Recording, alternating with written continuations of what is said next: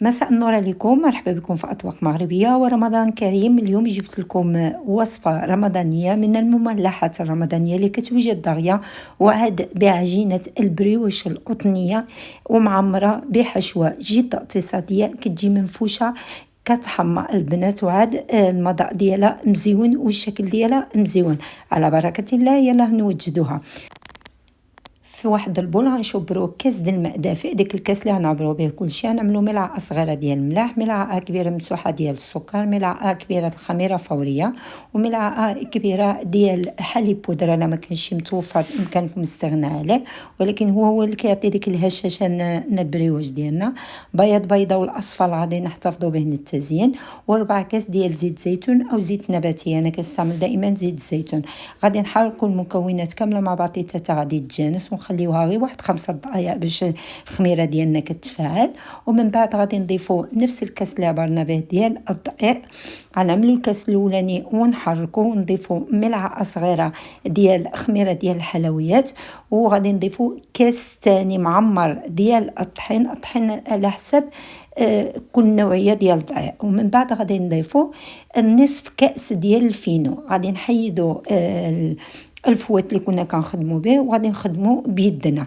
ما تخافوش منها، واخا كتجي كتلصق، هي السر ديال باش كتجي منفوشه خصها تكون كتلصق. تبقاو تخدموها حتى غادي تحصلوا على عجينه، واخا تكون لاصقه في يدكم ماشي مشكل، حتحصلوا على عجينه بهذا الشكل هذا. غادي دهنوا يدكم بالزيت ديال باي زيت، وغادي تجمعوها باش كتخليوها متماسكه، وتغطيها تخليوها تخمر.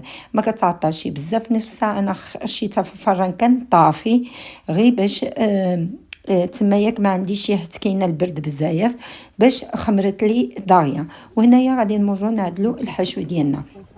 غنشبروا واحد المقله تنعملوا فيها شتيتو زيت زيتون، غنعملوا ملعقه ديال الثوم اولا 3 ديال الدروس ديال الثوم محكوكين، وغادي نضيفوا شويش ديال الملح على حسب الضوء.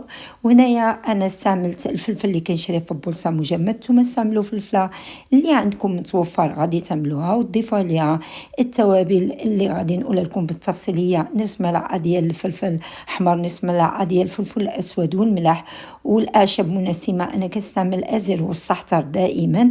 وغادي تخلطوا كلشي مع بعضيتو، والورقه سيدنا موسى، وتضيفوا له الزيتون الا كان متوفر والبقدونس، وغادي تخلطوا كلشي مع بعضيتو تخليوه يتشحر. في الاخر غادي تضيفوا له علبه ديال التون بالطماطم. الا ما كاينش التون بالطماطم غتصفيوه من الزيت، وغادي تضيفوا ملعقه ديال طماطم طبيعيه محكوكه، اولا ديال الطوماطي فريتو ديك اللي كيجي في بولصه. هنايا بعد ما خمرت العجينه ديالي غادي نخرج منها داك الهواء، وغادي نقطع كويرات. هيدا كندهن يدي بالزيت دائما، نقطع كويرات بحال اللي كنعدل الرغيفات، كويرات صغارين على حسب الحجم اللي عندكم تما. انا هنايا عملتهم في الصينيه. من بعد تشبر كاسه ولا زلافه كتسيسها في الزيت، وكتعمل في الوسط باش كتخلي لك الفراغ، وكتعوطوا بيدك شتيتو. كنعمروا داك الفراغ اللي عندنا بديك الحشو اللي كيكون عندنا بارد. وهنايا كنشعلوا الفران يسخن، انا شعلته على 185 درجه. انا عندي فران ديال المروحه وديال الضوء، يعني كل وحده كتعرف الفران ديالها. حتى غادي نكمل نعمر البريوش ديالي كامل بالحشو اللي عندي. ومن بعد غادي تضيفوا له الجبن اللي كيبقى اختياري. الا ما كانش عندك الجبن الموتزاريلا كتعمل واحد لافاش كيري او لو قطعه جبن كما كانت عندك مع الحشو باش كتعطيك ديك التعليكه، وزينو كي باللي متوفر عندك في الدار.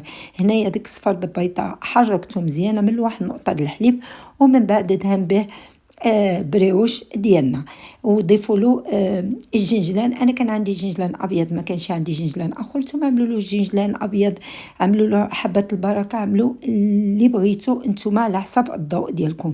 كيجي كيحمر. كنتمنى تعجبكم الوصفه، وكنتمنى تدعمونا بالله وتخليونا التعليقات ديالكم. وشكرا لكم، الى وصفه قادمه ورمضان كريم.